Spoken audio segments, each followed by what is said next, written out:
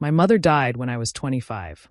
Ovarian cancer that metastasized because she didn't have good health insurance and kept postponing doctor's visits because she couldn't afford to miss work.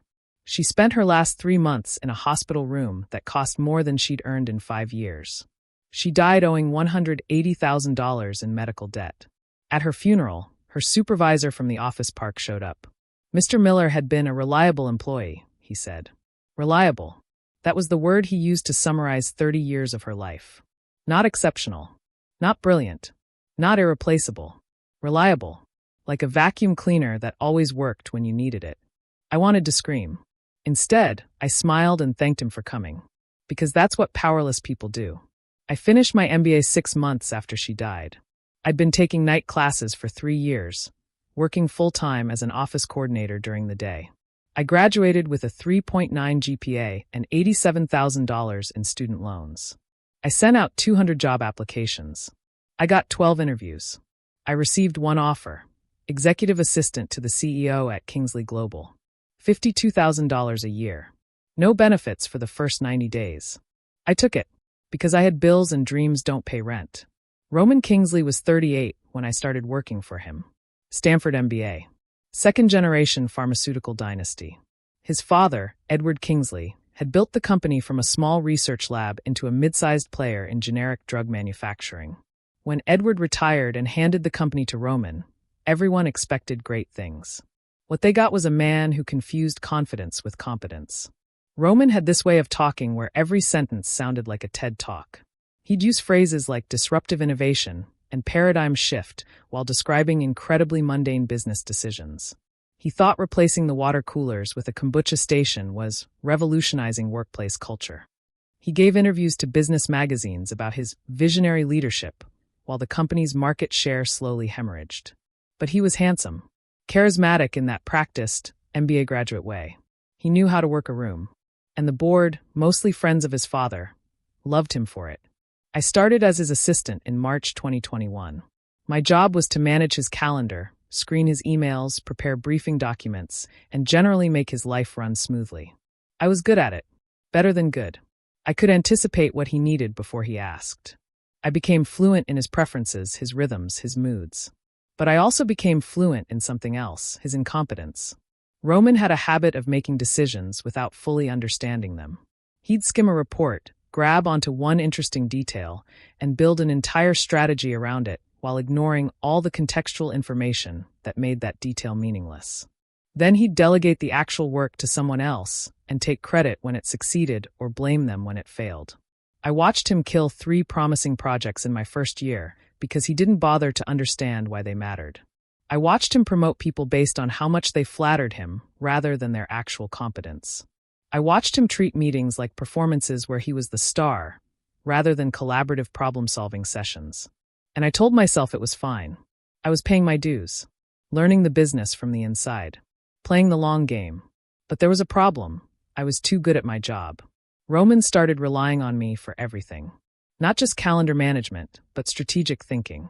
He'd call me into meetings to take notes, and I'd watch him fumble through presentations. Afterward, in private, he'd ask me what I thought. I'd give him my analysis. He'd use it in the next meeting, word for word, as if it were his own idea. I didn't mind at first. I thought if I kept proving my value, he'd eventually recognize it. Promote me. Give me real responsibility. But in Roman's world, assistants weren't people who could become something else. They were support staff. Permanent underclass. The breaking point came in February 2023. Our company's flagship product was a generic blood pressure medication called Imperium. It had been our biggest revenue generator for 8 years. But a new competitor had entered the market with a cheaper alternative, and our sales were collapsing. The board was panicking. Roman was panicking. He called an emergency strategy meeting, told the executive team to come up with solutions. They spent 3 hours in that conference room and emerged with nothing useful. Cut costs. Increase marketing. Lower prices. The same tired playbook that wasn't working. I'd been thinking about the problem for months. Because that's what I did. I thought about problems even when they weren't technically my job. And I'd seen something everyone else had missed. The issue wasn't the competitor's price. It was their distribution model. They'd partnered with a pharmacy chain to offer same-day delivery in major cities, something we didn't have. Patients, especially elderly patients managing chronic conditions, valued convenience more than a $5 price difference.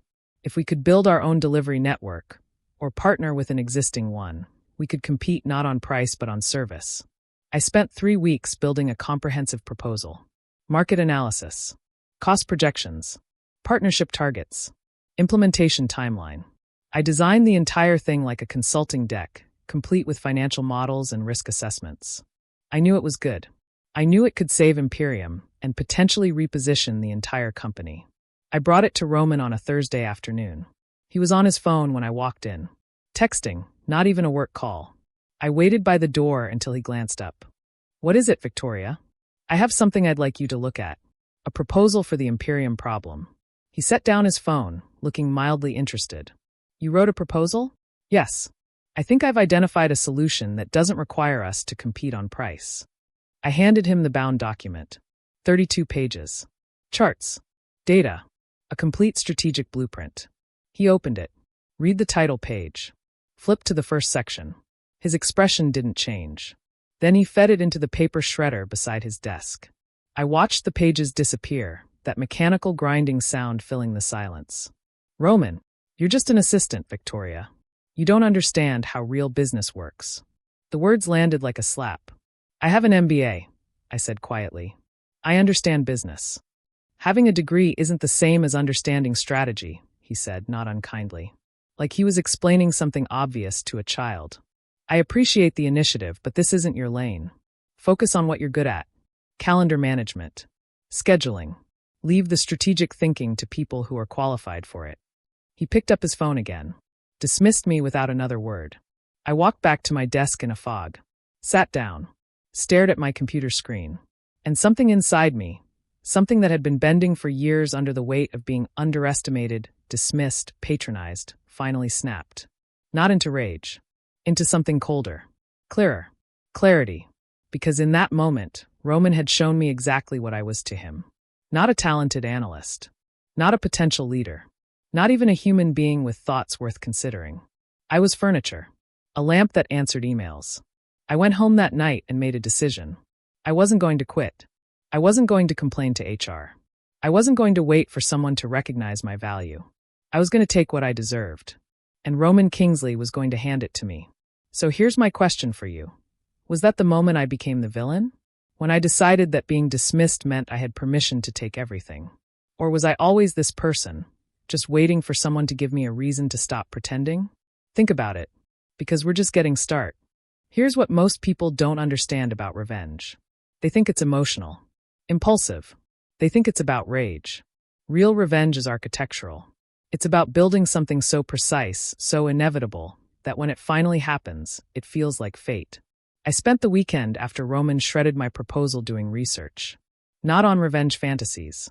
On corporate governance. I needed to understand how power actually worked at Kingsley Global. Who made the real decisions? Who could remove a CEO? What conditions would justify that removal? The answer was surprisingly simple: the board of directors. Kingsley Global had a 7-person board. 5 were independent directors, executives from other companies, brought in for their expertise. 1 was Roman's father, Edward, who still held a significant equity stake but had formally retired from day-to-day operations. The 7th was Catherine, our CFO. Board meetings happened quarterly. The CEO reported to them. They approved major strategic decisions, compensation packages, and in extreme circumstances, leadership changes. According to the company bylaws, the board could remove the CEO with a majority vote if they determined he was failing in his fiduciary duties or acting against the company's best interests. That was my weapon. Not the CEO's office. The board. If I could convince them that Roman was destroying the company, and that I was the solution, I could take everything from him without breaking a single rule. But I couldn't just walk into a board meeting and make my case. I was an assistant. They didn't even know my name. I needed to become indispensable first. Not to Roman. To the board. My first move was Catherine. Catherine had been CFO for 3 years. She was brilliant, ruthlessly competent, and deeply frustrated. I'd watched her in executive meetings, seen the way she'd present careful financial analysis only to have Roman ignore it in favor of his gut instinct. She was professional enough never to contradict him publicly, but I could see the exhaustion in her eyes. She was my entry point. I started small. Catherine had a habit of requesting financial data at odd hours, late-night emails asking for specific reports or documents. Her own assistant was competent, but not particularly proactive. So I started preparing things before Catherine asked for them. Market reports, competitor analysis, quarterly projections formatted exactly the way she liked them. I'd send them to her assistant with a note. Thought Catherine might need this for tomorrow's meeting. Let me know if the format needs adjusting. After the third time, Catherine's assistant forwarded one of my reports directly to Catherine with a note. This is from Roman's assistant. She's been incredibly helpful. Catherine emailed me directly an hour later. Victoria, thank you for these reports. They're excellent. Would you have time for coffee? We met at a place near the office. Small table by the window. Catherine ordered black coffee and got straight to the point. You're very good at this, she said, gesturing to a report I'd sent her. Too good to be an assistant. I try to be useful, I said carefully. You have an MBA, don't you? I saw it on the internal directory. From CUNY, yes. Catherine stirred her coffee. Why are you working as Roman's assistant? I could have lied. Could have said something about wanting to learn the business from the ground up. Instead, I told her the truth. Because it was the only job I could get. And because I thought if I worked hard enough, someone would notice. Catherine was quiet for a moment. Then she said something that changed everything. The board is concerned about Roman. I kept my face neutral. Concerned how? Imperium's sales are down 40%. He keeps saying he has a plan, but every quarterly review, the numbers get worse. Some of the board members are starting to ask questions. What kind of questions? Whether Roman is the right person to lead the company through this transition. I let that hang in the air. Then very carefully I said, I wrote a proposal for how to save Imperium. Roman didn't think it was worth reading. Catherine looked at me sharply. Do you still have it? I have the digital files. Send it to me, she said. Tonight. I sent it 30 minutes after we parted ways. Catherine read it. Then she forwarded it to Edward Kingsley with a single line. This is the kind of strategic thinking we need. We should discuss. My second move was the board packet. Every quarter, before the board meeting, Roman's office prepared a comprehensive packet of materials. Financial reports, project updates, strategic initiatives. It was technically the CEO's responsibility, but in practice, I did most of the work. Roman would review it, make minor edits, and present it as his own analysis. I'd been doing this for 4 years. I knew exactly what the board cared about, what data they scrutinized, what language they responded to. For the Q2 2023 board meeting, I did something different. I prepared 2 versions of the packet. Version A was the one Roman would see and approve. Standard reporting. Optimistic framing. Problems downplayed, successes emphasized. Version B was the truth. I documented every failing project, every missed opportunity, every strategic error Roman had made in the last year. But I did it carefully, using his own words from emails and meeting transcripts, letting him indict himself. I also included my Imperium proposal, reframed slightly as alternative strategic approach, distribution-centric model. I sent version A to Roman for approval. Once he signed off, I sent version B to Catherine. She forwarded it to the full board with a subject line, materials for your review. Roman never knew there were 2 versions. The board meeting was on June 15, 2023. I wasn't in the room, but Catherine told me what happened. Roman opened with his standard presentation. Confident, charismatic, promising that Imperium would stabilize by Q4 with increased marketing spend. Then Edward Kingsley interrupted him. Roman, I've been reviewing some alternative analysis. Specifically, this proposal about distribution partnerships. Roman looked confused. I'm not familiar with that proposal, Dad. It was in the materials Catherine sent us. Says here it was prepared by. Edward checked his notes. Your executive assistant? The room went quiet. One of the independent directors, a woman named Dr. Bishop, spoke up. I found that proposal extremely compelling. It addresses the actual problem instead of just throwing money at marketing. Why wasn't this brought to us sooner? Roman fumbled. I'm not sure what proposal you're referring to. Catherine, bless her calculated soul, said. I'll forward it to you after the meeting, Roman. I think it's worth discussing. But the damage was done. The board had seen a solution that made sense. and they'd seen their CEO unaware it existed. Dr. Bishop pressed further. Roman, do you have anyone on your team doing strategic analysis? Because this level of thinking should be happening at the executive level, not the administrative level. Roman recovered enough to deflect. Said he'd look into it, that he valued all perspectives, that he'd review the proposal personally. But I knew what the board was thinking, because I designed this moment specifically to make them think it.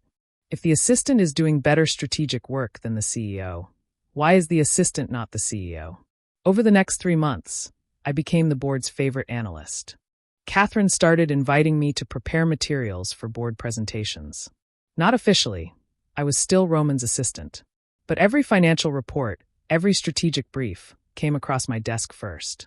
And I made sure every one of them was perfect. I also started building relationships with the board members directly. Dr. Bishop needed data on pharmaceutical regulatory trends. I prepared a comprehensive report and sent it to her with a note. Thought this might be useful for your teaching. Let me know if you need anything else. She invited me to guest lecture in her MBA class at Columbia. I talked about strategic analysis in pharmaceutical markets. Used Kingsley Global as a case study, diplomatically but thoroughly. 2 of her students became summer interns at Kingsley. Both reported to me. Both went back and told Dr. Bishop I was the smartest person in that building. Another board member, Thomas Black, ran a logistics company. When I learned he was exploring pharmaceutical partnerships, I sent him a market analysis of distribution trends. We started having monthly coffee meetings to discuss industry dynamics. I wasn't lobbying. I was doing what I'd always done, being useful, being excellent, being impossible to ignore. But now I was doing it for the people who actually had power to change things. Roman never noticed. To him, I was still just handling his calendar and taking notes in meetings. He had no idea I was building a parallel relationship with his bosses. The final piece of my plan came in September 2023. Roman had decided to pursue an acquisition. A smaller pharmaceutical company called Aegis. It was a disaster waiting to happen. Aegis was bleeding cash, their product pipeline was weak, and the asking price was absurd. But Roman was convinced it would make him look visionary. He was tired of being seen as his father's successor. He wanted a big, bold move that was entirely his. I tried to warn him. Gently. Diplomatically. The financials don't support the valuation, I said during a preparation meeting. Catherine's analysis shows significant risk. That's why it's called risk, Victoria, he said, smiling like I'd said something cute. Visionary leaders take calculated risks. This seems more reckless than calculated. His smile disappeared. I don't recall asking for your opinion. Prepare the acquisition brief for the board. Positive framing. Focus on growth potential. So I did. I prepared exactly what he asked for. And then I prepared a second analysis. A sober, detailed breakdown of why the Aegis acquisition would destroy shareholder value. I sent it to Catherine with a subject line. Concerns for your consideration. Catherine forwarded it to the full board. The board meeting where Roman proposed the acquisition was, according to Catherine, the most uncomfortable 3 hours of his professional life. The board tore his proposal apart, used my analysis to dissect every weakness, asked questions he couldn't answer because he hadn't done the work. At one point, Edward Kingsley asked, Roman, did anyone on your team raise concerns about this acquisition? Roman hesitated, then said, my CFO had some reservations. What about your assistant? Edward asked, the one who's been doing all this excellent analysis. Did she review this? Roman looked trapped. Victoria helps with administrative support, but she prepared a risk analysis that's significantly more thorough than what you've presented here, Edward interrupted. I'd like to hear her perspective. And that's when Catherine said the words that changed everything. Perhaps Victoria should be in these meetings. The board voted unanimously to table the acquisition indefinitely, and to invite me to the next board meeting as a strategic consultant. Let me ask you something. I hadn't lied, hadn't sabotaged, hadn't done anything except excellent work that exposed Roman's incompetence by comparison. But I'd done it knowing exactly what would happen, knowing it would destroy his credibility, knowing the board would start to see him the way I saw him. Is that manipulation? Or is it just competence with intent? Does doing the right thing for calculated reasons make you the villain? Or does it just make you strategic? The invitation to attend the December 2023 board meeting arrived via email from Catherine. Subject line. Your presence is requested. Formal. professional, and for me, absolutely pivotal. I was no longer Roman's assistant presenting his work. I was Victoria Sands, strategic consultant, invited to provide independent analysis to the board of directors. Roman found out through the meeting agenda. He called me into his office, his face flushed red. What the hell is this? He held up his phone showing the email. You're presenting to the board? Catherine asked me to provide analysis on the Imperium Recovery Initiative, I said calmly. That's my presentation. You work for me. I work for Kingsley Global, I corrected. And the board has requested my perspective. This is insubordination. Actually, it's a direct request from the board. If you have concerns, you should discuss them with Catherine or your father. I watched him process that. The power dynamics had shifted, and he was only just realizing it. Fine, he said finally. But don't embarrass me. I smiled. I would never.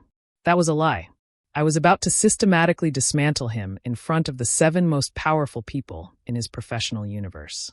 The board meeting was held in the executive conference room on the 45th floor. Floor-to-ceiling windows overlooking Manhattan. A long marble table. 7 leather chairs. I arrived 20 minutes early with printed copies of my presentation. Catherine had reviewed it the night before and made one suggestion. Don't pull your punches. They need to see the real situation.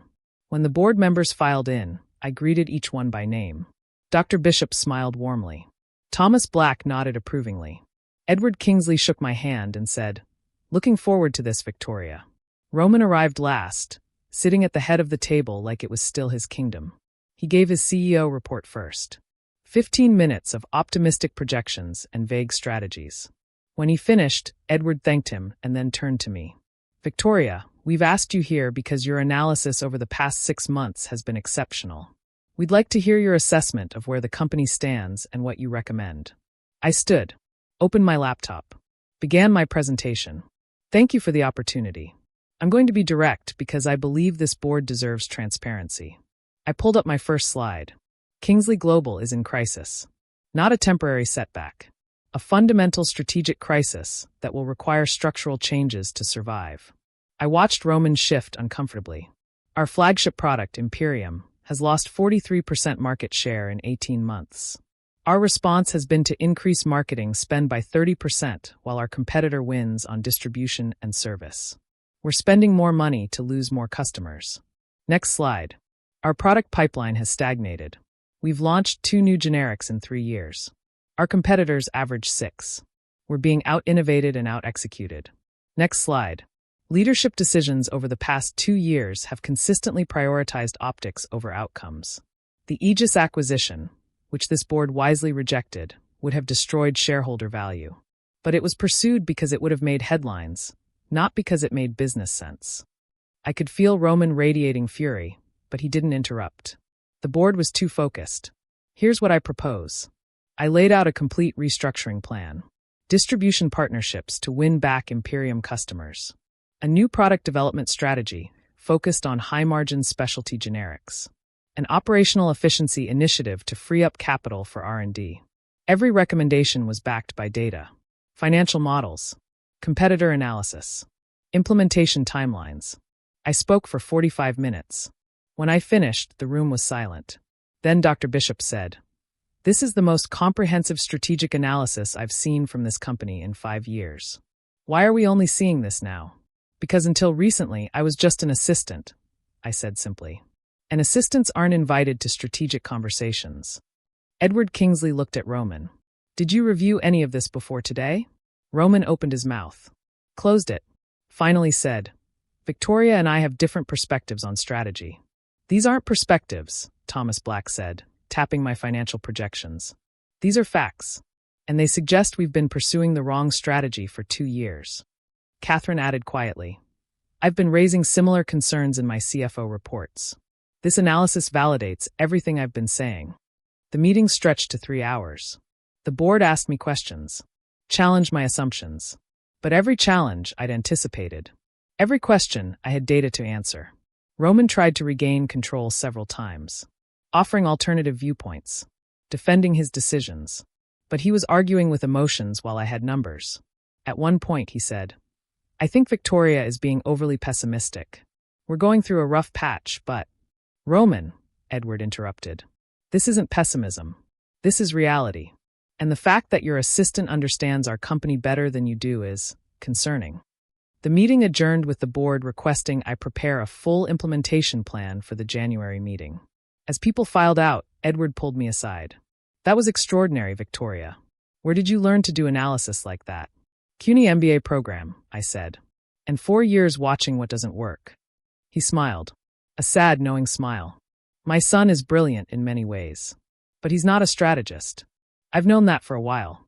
I just hoped he'd surround himself with people who were. He did, I said. He just didn't listen to them. Edward nodded slowly. Then asked the question I'd been waiting months for him to ask. If you were running this company, what would you do differently? I didn't hesitate. I'd focus on what we're good at, reliable generics with excellent distribution. I'd cut the vanity projects. I'd rebuild trust with our healthcare partners. And I'd put people in leadership positions based on competence, not pedigree. That sounds like a CEO talking, Edward said. That's because I'm thinking like one, I replied. He studied me for a long moment. Then, the board will want to meet with you again. Soon. Over the next 6 weeks, I lived 2 parallel lives. Officially, I was still Roman's assistant. I managed his calendar, took his calls, prepared his materials. But I was also secretly building the case for my own ascension. Catherine and I met twice a week to refine my strategic plan. Edward asked me to lunch 3 times to discuss the company's future. Dr. Bishop invited me to speak at another Columbia class, this time specifically about leadership in crisis. And slowly, methodically, I planted a single idea in each board member's mind. The person who can save this company is already here. You just haven't been letting her lead. Roman knew something was happening. He became paranoid, started questioning my meetings, asking why I was talking to Catherine so much, why board members were emailing me directly. You're my assistant, he said one afternoon, his voice tight. You report to me, not to them. I report to whoever asks me questions, I said. And lately they're asking better questions than you are. That's when I saw it in his eyes. The first flicker of real fear. He wasn't afraid I'd quit. He was afraid I'd replace him. He was right to be afraid. The coup happened on February 14th, 2024. Valentine's Day. The universe has a sense of humor. An emergency board meeting was called. The official agenda: leadership review and strategic planning. Roman wasn't stupid. He knew what leadership review meant. He came prepared with a presentation defending his tenure. Charts showing revenue growth, carefully ignoring market share decline. Testimonials from clients, who'd been chosen specifically because they still liked him. A passionate speech about his vision for the company. It was a good performance. If this were theater, he would have gotten a standing ovation. But this wasn't theater. This was business. And the board had stopped caring about his vision 6 months ago. When Roman finished, Edward addressed the room. Roman, you've done important work for this company. You've maintained stability through difficult times. But the board believes we need a different kind of leadership going forward. Someone with operational excellence and strategic clarity. Someone who understands the pharmaceutical market at a granular level. Roman went pale. Dad, the board has voted, Edward said quietly. We're making a change. There was a long, horrible silence. Then Catherine said, We'd like to offer the CEO position to Victoria Sands. I was sitting in a conference room down the hall, waiting. Catherine had told me what was happening, but said I shouldn't be in the room for the vote. Let them make the decision without you there. It's cleaner. When my phone buzzed with a text from Catherine, it's done. Come to the boardroom. My hands were shaking. I walked down that hallway slowly, deliberately. Every step felt like crossing a threshold I couldn't uncross. When I entered the boardroom, Roman was still in his chair, looking stunned. The board members stood as I walked in. Professional, respectful. Edward extended his hand. Congratulations, Miss Sands. Welcome to Kingsley Global's new chapter. I shook his hand. Shook each board member's hand. Thanked them for their trust. Roman stood up slowly. Looked at me with something between rage and disbelief. You planned this, he said. All of it. Since the day I shredded your report. I met his eyes. No, Roman. I planned this the day you told me I was just an assistant. You gave me 18 months to prove you wrong. I used every day. This is my company. It was your father's company, I corrected. You inherited it. I earned it. He opened his mouth to respond, but had nothing to say. Instead, he grabbed his laptop and walked out, his footsteps echoing down the hallway. Catherine handed me a folder. Transition documents. HR will handle the formal announcement Monday. You start immediately. I took the folder. Sat down in the chair at the head of the table. The chair that had been Roman's. It fit perfectly. So let me ask you, I didn't lie. I didn't cheat. I didn't break any rules. I just did excellent work and made sure the right people saw it. But I also systematically destroyed a man's career. I exposed his weaknesses. I turned his board against him. I took his job. Does doing everything by the book make you innocent? Or does it just make you a more sophisticated villain? What's the line between ambition and ruthlessness? Between justice and revenge? And would you have done the same thing?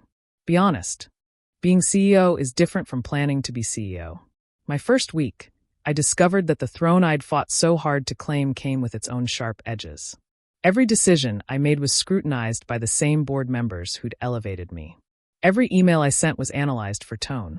Every strategic initiative was stress-tested against the promises I'd made during my ascent. I'd told them I was competent. Now I had to prove it. Every single day. The announcement went out on a Monday morning.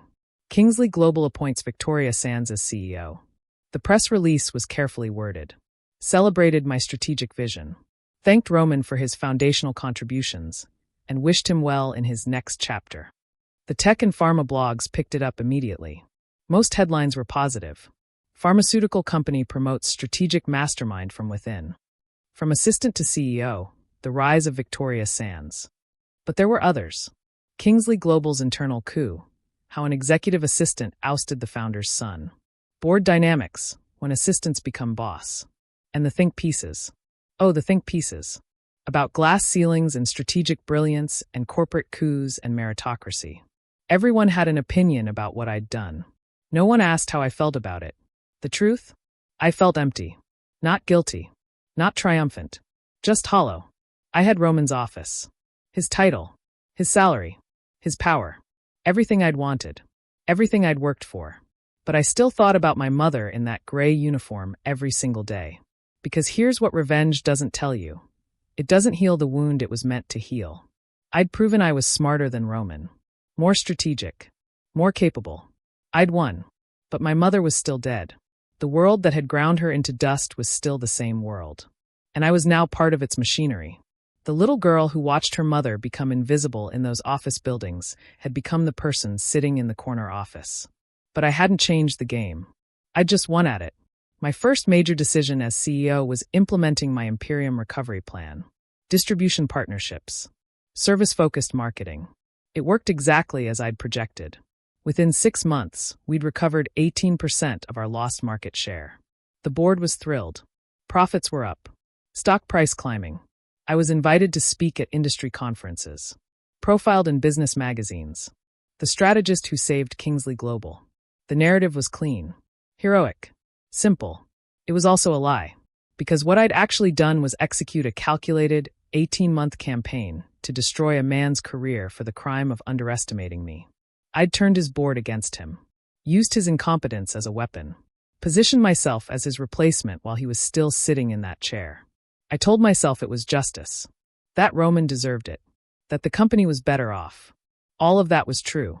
But it was also true that I'd enjoyed it. The planning. The execution.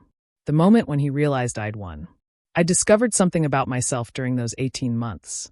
I was very, very good at destroying people who underestimated me. And that knowledge changed me in ways I couldn't undo. I saw Roman exactly once after he left the company. It was 6 months into my tenure as CEO. I was having dinner with a potential partner at a restaurant in Midtown. Expensive place. The kind Roman used to love. He walked in with a woman I didn't recognize. Saw me immediately. For a second, neither of us moved. Then he walked over to my table. "Victoria," he said. His voice was controlled, but I could hear the edge underneath. "Roman." My dinner companion looked between us, sensing the tension. "Congratulations on the turnaround," Roman said. "I've been following the company's progress. You've done well." "Thank you." He stood there for a moment, calculating. "Then, you were right. About Imperium. About Aegis. About everything. I know. I should have listened." "Yes," I said. "You should have." Roman nodded slowly. "I underestimated you. That was my mistake." "It was," I agreed. Do you think? He hesitated. Do you think if I'd just read your proposal that day, none of this would have happened? I thought about that question. Really thought about it. No, I said finally. Because it wasn't about one proposal, Roman. It was about 4 years of being invisible. Of watching you take credit for my work. Of being called just an assistant, when I had more strategic ability in my left hand than you had in your entire body. That's harsh. That's honest. Roman looked at me for a long moment. You know what's funny? I built this narrative in my head that you were this scheming villain. That you manipulated everyone. But the truth is simpler than that, isn't it? What's the truth? I asked. You were just better at my job than I was. And eventually, everyone figured that out. I didn't disagree. For what it's worth, Roman said, I don't think you're a villain. I think you're someone who saw an opportunity and took it. That's just business. He walked back to his table. I watched him go. And I realized something that made my chest tighten. Roman had moved on. He had a consulting business now.